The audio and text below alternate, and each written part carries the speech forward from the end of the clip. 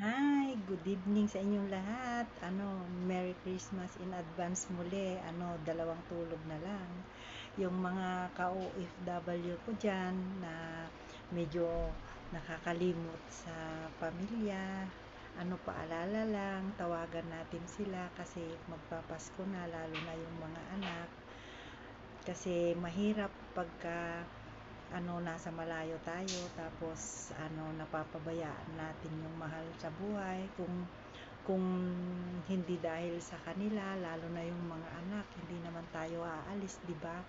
Kaya sa mga experience ko, minsan kasi yung mga OFW, sa sobrang saya nila, sa sobrang mga barka-barkada rin nila sa abroad, minsan naliligaw ng landas.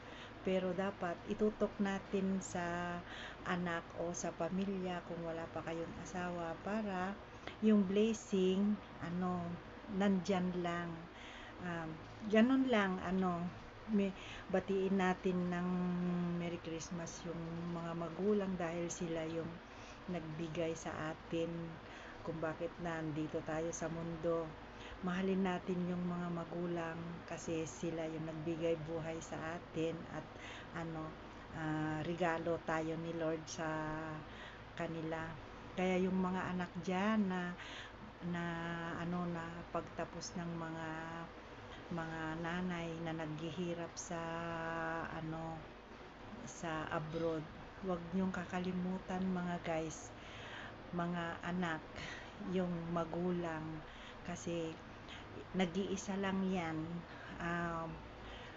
Sabi nga nila, kahit makailang girlfriend ka o asawa, pero yung nanay at saka tatay, nag-iisa lang yan, lalong-lalo na yung nanay. Kaya wag natin silang kakalimutan, para nandyan yung blessing parati. Ayan yung lagi kong pinapaalala sa mga anak ko, na mahalin ang magulang. Ganon din naman ang ginagawa nila sa akin. Kaya yung mga nandyan sa abroad na malayo sa magulang, bigyan, ambunan natin sila ng konting regalo, ganun lang. Sige, Merry Christmas sa inyong lahat. Sana maging masaya ang Pasko nyo dyan sa abroad, kasi dati naranasan ko rin yan.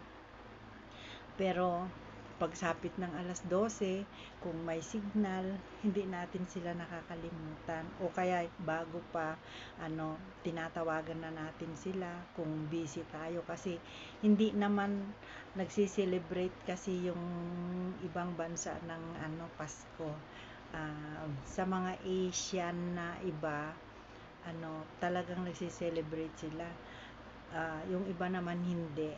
Kaya ayan, sa mga dyan, mga ka-OFW, ano, Merry Christmas sa inyo. Mag-ingat kayo. Sana nandyan parati si Lord na gumagabay sa inyo, kasi naranasan ko rin yung mga nararamdaman nyo ngayon, lalo na ngayong Pasko. Merry Christmas!